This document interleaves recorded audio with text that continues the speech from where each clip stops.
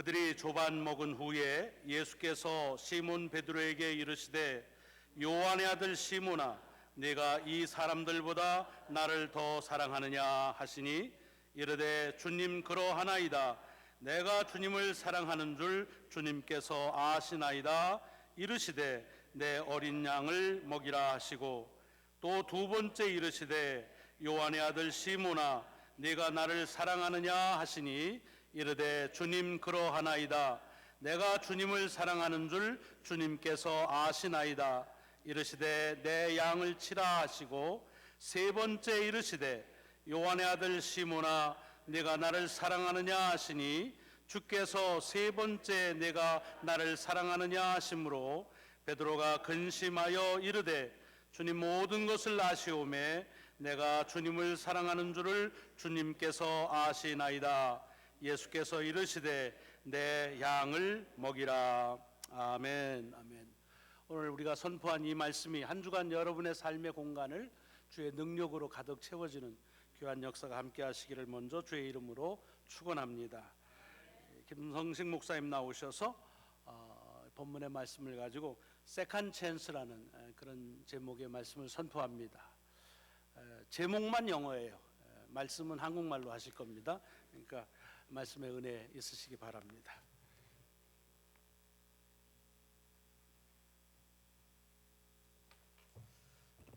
할렐루야. 네, 무지하게 반갑습니다. 저는 안국교회 김성식 목사라고 합니다. 저는 2007년도 가을부터 2010년 1월까지 청년부 사역과 여기서 찬양팀 사역을 했었습니다. 2년 반이라고 하는 짧은 시간이었지만 제가 사역하고 또 이렇게 살아가면서 가장 재밌게 사역했던 시간이 아니었나 그렇게 생각이 되어지고요. 그때 가졌던 그 힘과 에너지를 가지고 지금도 우리 저희 교회에서 사역을 잘 감당하고 있습니다. 저희 교회는 그 인천 송도에 있는 안국교회라고 합니다. 공항에서 한 20분, 30분 거리니까요. 한번 오십시오, 여러분들. 그냥 오셔가지고 제가 항상 마음의 빛이 있으니까 저를 모르셔도 워싱턴 교회에서 왔습니다 그러면은 제가 그냥 돌려보내지는 않겠습니다. 한번 꼭 오셨으면 좋겠고요. 특별히 오늘 귀한 강단을 허락해 주신 우리 이승우 목사님 또 우리 신경림 목사님께 감사의 말씀을 드립니다. 목사님 두 분은 또 저에게 멘토 같으신 분이라서 우리 목사님 두 분을 통해서 배운 것들 또 우리 워싱턴 교회를 통해서 배운 것들을 우리 목회 현장에 잘 적용하면서 교회가 지금 부흥하고 또 성장 가운데 있습니다. 앞으로도 여러분들 생각이 나시면은 저희 안국교회를 위해서도 기도를 부탁을 드리겠습니다. 우리 두 분씩 한번 짝을 짓고 한번 인사 한번 해보시죠. 당신 때문에 살만 납니다. 한번 이렇게 한번 인사해 보실까요?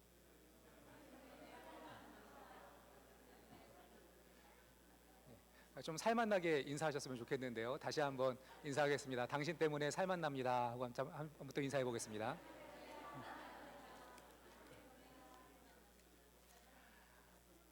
그 옛날에 그 수도원이 하나 있는데요.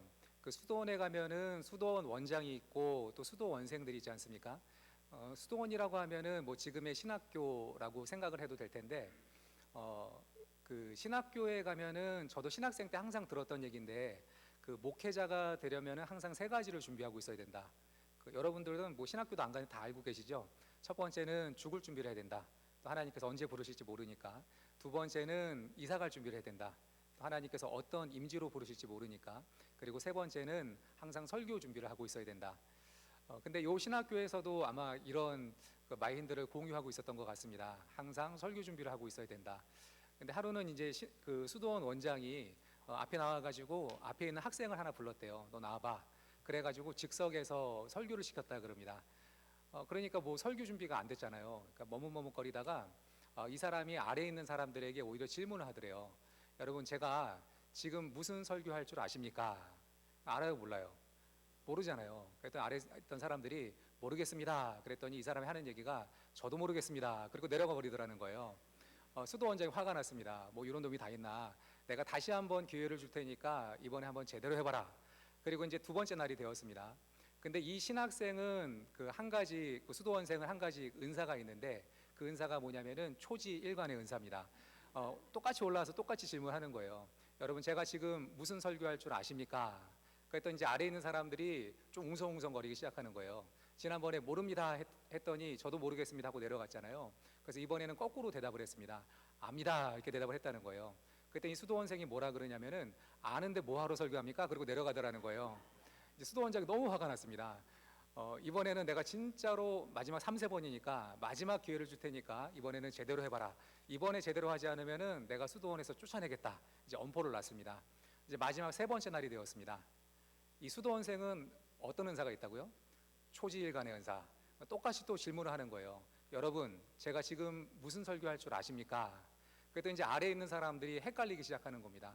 압니다 그러면은 아는데 뭐하러 설교합니까 하고 내려가고, 모릅니다 그러면은 저도 모르겠습니다 하고 내려가고.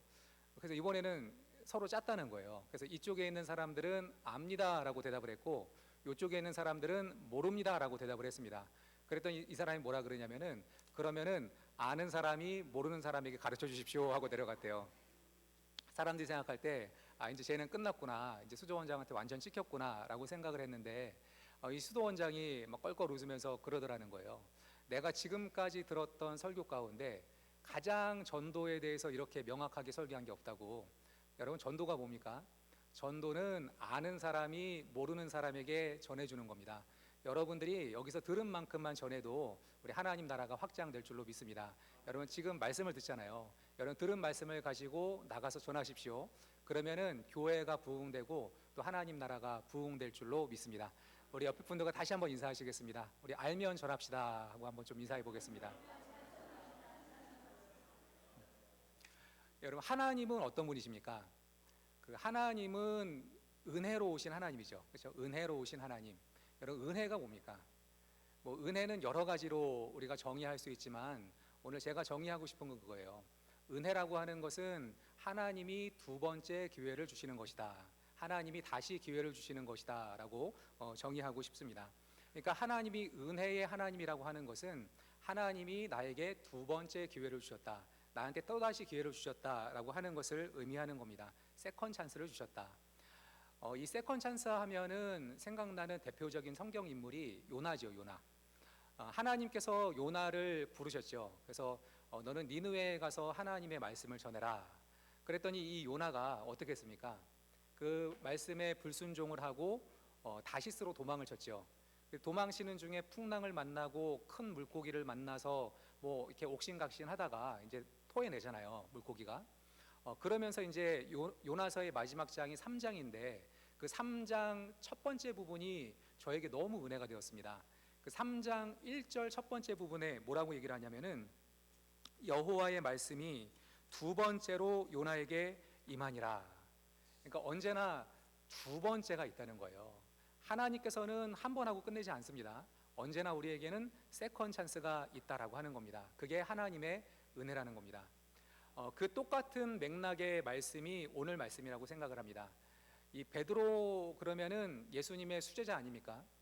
근데 수제자임에도 불구하고 예수님이 십자가를 지실 때 예수님을 부인하고 저주하고 떠나갔죠. 그러면은 이것만큼 배은망덕한 사람이 어디 있습니까? 이 사람은 기회를 주지 말아야 되잖아요. 한번 떠나간 사람, 배신한 사람이니까. 그런데 하나님의 은혜가 베드로에게 임했습니다. 은혜는 뭐라고요? 은혜는 하나님께서 두 번째 기회를 주신다요. 하나님의 은혜가 베드로에게 임하면서 베드로가 두 번째 기회를 얻은 겁니다. 그러면서 그 두 번째 세컨 찬스 때문에 베드로가 회복되고 다시 살아나잖아요.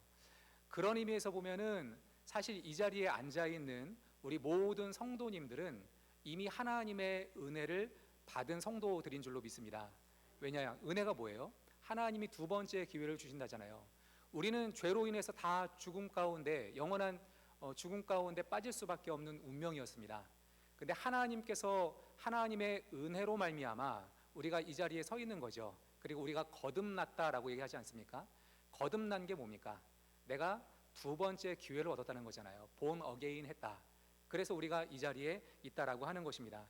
우리가 이걸 믿는다고 한다면은, 이 하나님의 은혜를 믿는다고 한다면은 결코 주저앉을 수도 없고 결코 좌절할 수도 없다라고 믿습니다. 우리 한국말에 7.8기라고 하는 말 있죠. 7.8기. 저는 이거를 성경 외울 때 이런 연상법을 많이 사용하는데요. 이렇게 외웠습니다. 미가서 7전 8기 이렇게 외웠어요. 미가서 7전 8기 몇 장 몇 절일까요? 미가서 7장 8절의 말씀. 이거는 진짜 7전 8기의 말씀이에요. 제가 한번 읽어드릴게요. 나의 대적이여 나로 말미암아 기뻐하지 말지어다. 그러니까 대적들이 내가 넘어져 있으니까 막 기뻐하는 거예요. 그러니까 내가 기뻐하지 마. 그런 얘기를 하는 거죠. 나는 엎드러질지라도 일어날 것이요. 넘어져도 다시 일어난다는 거죠. 그리고 어두운 데에 앉을지라도 여호와께서 나의 빛이 되실 것이미로다. 그러니까 넘어져도 두려워하지 마. 하나님께서 다시 기회를 주실 거야. 너가 캄캄한 데 있다고 해도 두려워하지 마. 하나님께서 다시 기회를 주실 거야. 이게 미가서 7전 8기예요. 미가서 7장 8절의 말씀. 오늘 이 말씀을 꼭 기억하시기를 바랍니다. 오늘 하나님께서 여러분 한 사람 한 사람에게 주시는 하나님의 메시지가 뭐냐? 오늘 이 하나님의 은혜를 붙들라는 거예요. 하나님은 우리에게 세컨 찬스를 주신다. 하나님은 우리에게 7전 8기의 은혜를 주신다라고 하는 겁니다. 오늘 이 은혜로 말미암아 오늘 여러분들의 마음과 심령과 여러분들의 가정과 생활이 생생하게 살아날 수 있는 그런 여러분들 되시기를 축원합니다. 그러므로 오늘 이 두 번째 은혜, 이 세컨 찬스를 받은 사람들은 어떤 삶을 살아가야 될까? 오늘 딱 두 가지로만 정리하겠습니다. 첫 번째는 하나님께서 우리에게 두 번째 기회를 주셨듯이 나 또한 다른 사람에게 두 번째 기회를 주는 사람이 되자라고 하는 겁니다. 우리 한번 따라하겠습니다. 나 또한 두 번째 기회를 주자. 세상에 실수가 없는 사람은 없습니다. 또 실패하지 않는 사람은 없습니다. 다 실수하고 다 넘어지고 다 실패합니다. 그럼에도 불구하고 우리는 하나님께서 두 번째로 주신 은혜 때문에 여기까지 온 거 아닙니까? 그렇다라고 한다면은 우리 또한 다른 사람을 대할 때 은혜는 사명이거든요. 내가 받은 은혜만큼 다른 사람에게 똑같은 모습으로 베풀어주는 모습이 있어야 된다라고 하는 겁니다. 예를 들면은 어떤 사람을 전도했는데 잘 안 믿어요. 그러면은 금방 포기하고 야 내가 뭐가 아쉬워서 너를 전도하냐 이렇게 쉽게 포기하지 말고 하나님께서 나를 포기하지 않았잖아요. 그러니까 여러분들도 한 번 가보고 또 두 번 가보고 세 번 가보고 계속 찾아가는 게 은혜의 발걸음이라는 겁니다. 여러분 하나님께서 우리를 그렇게 다뤄주셨습니다. 여러분들도 그렇게 사는 것이 마땅합니다. 저는 이 세컨 찬스 그러면은 그 생각나는 예화가 하나 있는데 어떤 유명한 목사님 예화예요. 옛날에 그 어떤 미숙한 초보 전도사가 있었다 그럽니다. 근데 이제 담임 목사님이 불러가지고 다음 주에 너가 설교를 한번 해봐라. 이제 이렇게 얘기를 했다는 거예요. 그러니까 이 사람이 한 번도 설교해 보지 않은 사람이거든요. 그러니까 마음이 쿵쾅쿵쾅거리고 이제 이걸 어떻게 해야 되나 이제 고민되기 시작을 하는 겁니다. 근데 때마침 자기 동네에 아주 유명한 부흥 강사님이 오신 거예요. 그래서 이거를 좀 내가 찾아가가지고 벤치마킹을 해야 되겠다. 내가 가서 좀 어떻게 설교하는지를 좀 보고 배워와야 되겠다. 그리고 이제 그 부흥에 참석을 했습니다. 그래서 이제 부흥에 참석을 했는데 이 부흥 강사님이 설교를 할 때 첫 시작을 이렇게 하더라는 거예요. 여러분, 제가 지금까지 안아봤던 여자 가운데 가장 가슴이 따뜻한 여자는 다른 남자의 아내였습니다. 이제 이렇게 얘기를 하는 거예요. 그랬더니 사람들의 분위기가 지금 여러분들하고 똑같습니다. 이렇게 굉장히 썰렁하고 이거 어떻게 해야 되나 사람들이 이렇게 막 분위기가 냉랭해져 있는데 이 부흥 강사가 씩 웃으면서 그런 얘기를 하더라는 거예요. 그런데 그 여자는 바로 저의 어머니입니다. 그러면서 이제 어머니의 사랑과 또 어머니의 사랑에 이어서 하나님의 사랑에 대한 설교를 쭉 이제 이어서 하는 겁니다. 이 전도사가 거기 은혜를 받은 거예요. 그렇지. 설교는 이렇게 하는 거지. 사람들이 긴장하게 만드는 이야기를 탁 던지고 난 다음에 그 다음에 긴장 푸는 얘기를 던지면은 사람들이 거기서 마음이 열리면서 어떤 얘기도 받을 수 있지. 그렇지. 나도 이렇게 해야지. 이제 은혜를 받고 왔습니다. 이제 드디어 설교하는 날이 왔습니다. 이 전도사는 결혼을 아직 하지 않은 총각 전도사입니다.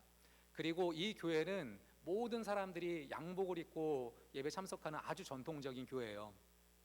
이제 그 앞에서 이 전도사가 첫 시작을 이렇게 했습니다. 여러분, 그거 아십니까? 제가 지금까지 안아봤던 여자 가운데 가장 가슴이 따뜻한 여자는 다른 남자의 아내였습니다. 그랬더니 이 교회는 전통적인 교회라서 반응이 너무 격렬한 거예요. 어떤 사람 막 거품 물고 쓰러져 있고 막 손가락질하고 있고 웅성웅성거리고 있고 그러니까 이 전도사가 갑자기 이 순간적으로 이 멘붕이 온 겁니다. 당황이 된 거예요. 그러니까 사람 당황되면 그렇잖아요. 그 다음 말이 생각이 안 나고 또 이거 쪽지를 아무리 찾아봐도 이 쪽지가 안 보이는 거예요. 그래서 한 2분 3분 그냥 가만히 버티고 있다가 할 수 없이 그랬대요. 그런데 그 여자가 누군지 도무지 기억이 나지 않습니다, 이렇게 얘기를 했다는 거예요. 완전 설교 망신 거죠. 근데 귀한 게 뭐냐면은 이런 사람 저 같으면은 버린다 그럴 텐데 그 담임 목사님이 껄껄 웃으면서 그 다음 주에 또 기회를 주고 내가 그래서 지금 이런 목사가 되었다. 제 얘기가 아니라 아무튼 그 아주 유명한 부흥 강사님의 얘기였습니다. 여러분, 복음이 뭡니까? 복음은 다시 기회를 주는 거예요. 다시 그 사람에게 세컨 찬스를 주는 겁니다. 예수님께서도 우리가 실수하고 넘어지고 실패했을 때 우리에게 다시 기회를 주셨습니다. 우리도 그렇게 사는 것이 마땅한 줄로 믿습니다. 우리 옆에 분들 바라보시고 고백하겠습니다. 나도 너에게 두 번째 기회를 준다. 서로 고백해 보겠습니다.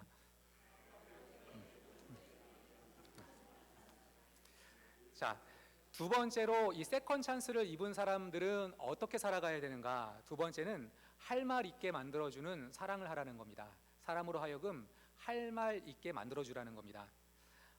베드로는 진짜 할 말 없는 사람이잖아요. 근데 여기 예수님 보면은 예수님은 계속해서 베드로에게 할 말을 심겨주고 계십니다. 그 남미의 콜롬비아 작가 가운데 이 마르케스라고 하는 사람이 있습니다. 아주 유명한 작가고 대표적인 책이 100년간의 고독, 또 뭐 콜레라 시대의 사랑, 뭐 이런 책들이 있는데 저는 이분 책을 아주 좋아합니다. 왜냐하면은 우리 실생활하고 굉장히 유사한 이야기를 많이 하고 공감대를 잘 형성해줘요. 그리고 마음 따뜻하게 만드는 책입니다. 나중에 기회가 되면 한번 좀 읽어보시기를 바랍니다. 근데 여기 이분의 작품 가운데 제가 짧은 단편을 하나 좀 소개를 하려고 하는데, 아내라고 하는 작품입니다. 아내. 내용이 이렇습니다. 남편이 하루는 배를 타고 나갔다가 조난당한 거예요. 그리고 오랫동안 돌아오지 않으니까 이 마을 사람들은 이 남편이 전부 다 죽은 줄로 알고 있었습니다. 이 아내가 굉장히 상심이 됐겠죠. 그러니까 이제 남편 친구가 찾아와가지고 위로를 해주는 겁니다. 근데 이 남녀 관계가 참 묘한 것 같아요. 이게 서로 위로해주고 위로받다가 순간적인 실수 때문에 하룻밤을 같이 지내게 됐습니다. 근데 그 다음 날에 남편이 살아서 온 거예요. 그러니까 이 여자가 굉장히 충격을 받았습니다. 아, 이거 어떻게 해야 되나. 그리고 남편의 얼굴만 보면은 죄책감이 생기고 남편 얼굴만 보면은 너무 미안한 거예요. 근데 차마 말을 할 수 없고 그렇게 10년 동안을 버텼습니다. 시간이 지나면은 잊혀질 줄 알았는데 시간이 지나도 이 죄책감이 사라지지가 않는 거예요. 그래서 정말 고민을 하다가 그냥 남편을 찾아갔대요. 큰맘 먹고 남편을 찾아가서 솔직하게 고백을 했다는 겁니다. 내가 당신에게 고백을 할 게 있다. 당신이 10년 전에 조난당했을 때 나는 당신이 죽은 줄 알았다. 그리고 나도 순간적인 실수 때문에 이러이러한 잘못을 했다. 나를 용서해 줄 수 있겠니? 라고 이제 아내가 뭐 구구절절하게 얘기를 했겠지요. 그랬더니 이 남자가 신문을 보다가 그렇게 얘기를 했다는 거예요. 그래, 알겠어, 용서해 줄게. 그리고 방으로 쑥 들어가 버렸습니다. 여러분 같으면은 이런 상황을 어떻게 받아들이겠습니까? 이 아내가 충격을 받은 거예요. 왜냐면은 자기는 너무나 심사숙고해서 10년 동안 고민을 하다가 꺼낸 말인데 남편이 너무 쉽게 알았어, 용서해 줄게 하고 들어가 버리니까 아내가 그게 상처가 된 겁니다. 그래서 방문을 박차고 들어가서 아내가 소리를 질렀대요. 당신은 나를 사랑한 것도 아니고 당신은 나를 용서한 것도 아니고 당신 하는 말을 보니까 당신은 나에 대해서 관심이 전혀 없는 사람이야. 이렇게 화를 버럭 냈다는 겁니다. 적반하장이죠. 근데 저는 이 여자의 말이 정말 이해가 되었습니다. 만약에 남편이 정말 아내를 사랑한다 그러면은 어떤 반응을 보일까요? 남편이 좀 이렇게 좌절하지 않겠습니까? 좀 이렇게 고뇌하는 모습도 보이고, 그러다가 고뇌를 하다가 고민하다가 그래, 나도 그래도 당신을 사랑하고 사람이 살다 보면 실수할 수 있는 거 아니냐, 우리 다시 새롭게 사랑을 구축하고 건강한 가정을 다시 만들어가자, 이런 뭐 주고받는 과정이 있어야 되잖아요. 근데 그게 없으니까 이 아내도 상처를 크게 받게 된 겁니다. 그러면서 이 아내의 입술을 통해서 이 마르케스가 이 작품을 통해서 하고자 하는 가장 중요한 사랑에 대한 정의가 나와요. 저는 이 말을 굉장히 좋아하는데 이 아내가 뭐라고 얘기를 하냐면은 할 말이 없게 만드는 것은 사랑이 아니야 그랬어요. 할 말 없게 만드는 것은 사랑이 아니야. 이 남편의 태도는 아내로 하여금 할 말 없게 만드는 거잖아요. 이게 무슨 사랑이냐는 겁니다. 진짜 사랑은 그 사람으로 하여금 할 말이 있게 만들어주는 겁니다. 요즘 우리 사회나 공동체를 보면은 어떤 사람이 한 가지에 대해서 잘못을 하면 궁지에 몰아넣고 진짜 할 말 없게 만들어 버리잖아요. 그리고 그것을 통쾌하게 여기고 우리가 이겼다고 얘기를 합니다. 여러분, 그거 이긴 거 아닙니다. 그거 정의가 살아나는 거 아닙니다. 그거는 사랑이 없는 거예요. 그게 바리새주의고 그게 정죄입니다. 예수님은 그러지 않았잖아요. 예수님은 항상 어떠한 죄인이든 할 말 있게 만들어주는 사랑을 하셨습니다. 대표적으로 요한복음 8장에 보면은 현장에서 간음하다가 잡힌 여인이 하나 나옵니다. 할 말 있습니까?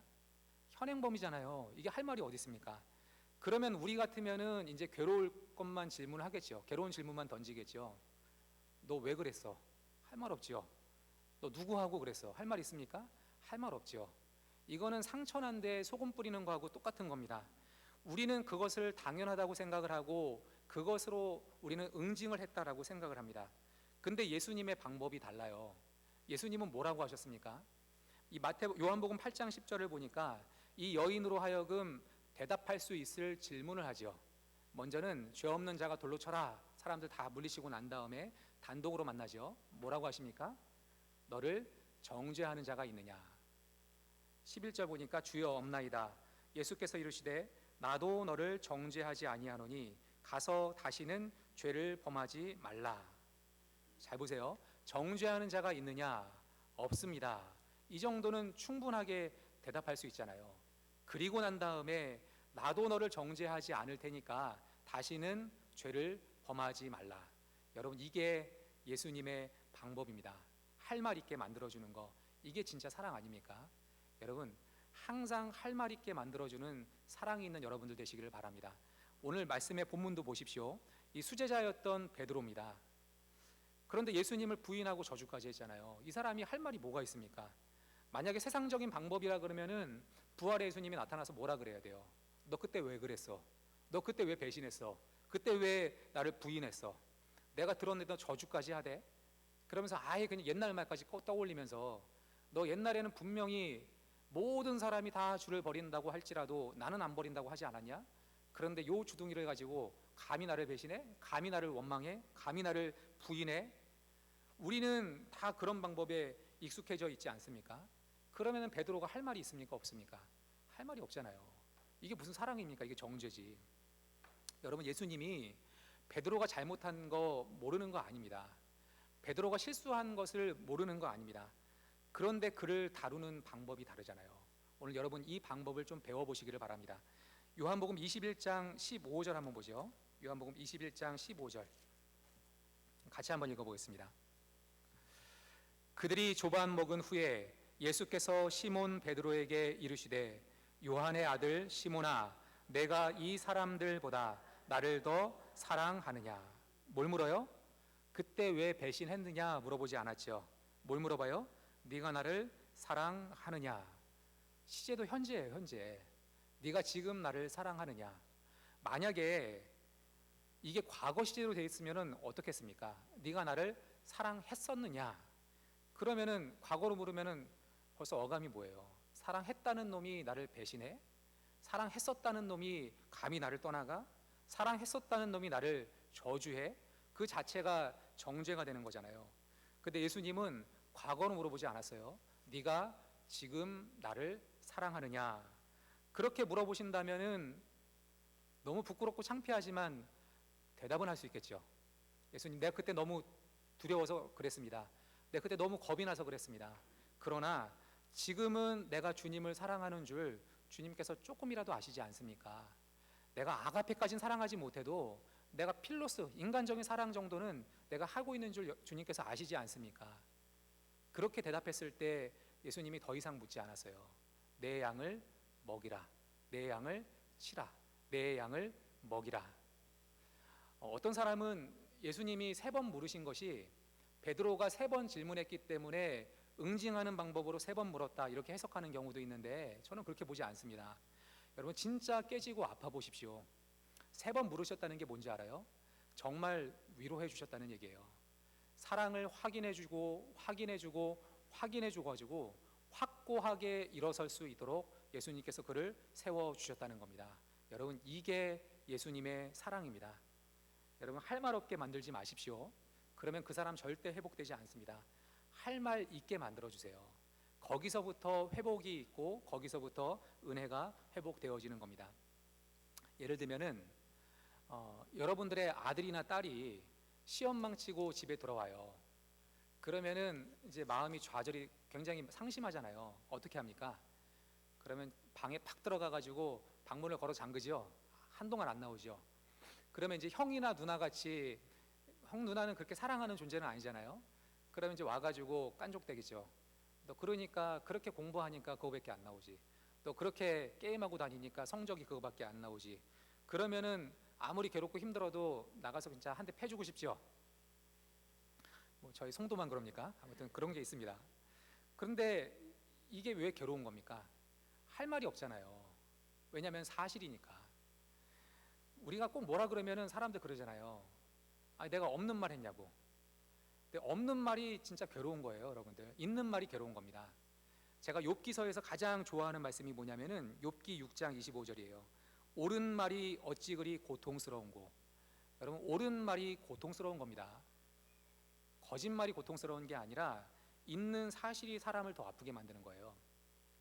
근데 엄마는 좀 다르죠. 엄마는 어떻게 합니까? 문 걸어 잠그고 1시간쯤 들어가 있는 아이 방 앞에서 외치잖아요. 너 배 안 고프니? 물어보잖아요. 안에 소리 지르겠죠. 배 안 고파 그러겠죠. 그럼 조금 있다 가가지고 목 안 마르니? 그러겠죠. 목 안 말라? 그러겠죠. 한 10분 정도 텀을 두고 있다가 다시 들어가가지고 너 누룽지라도 끓여줄까? 안 먹어 그러겠죠. 앞에 놔두고 갈게 그런다고요. 그리고 한 30분 있다 가보십시오. 누룽지 다 먹고 있습니다. 엄마는 알고 있는 거예요. 그 아이를 건져내는 방법이 할 말 있게 만들어주는 거란 거예요. 배 안 고파 이것도 할 말이거든요. 목 안 말라 이것도 할 말이거든요. 나 누룽지 안 먹을 거야 이것도 할 말이거든요.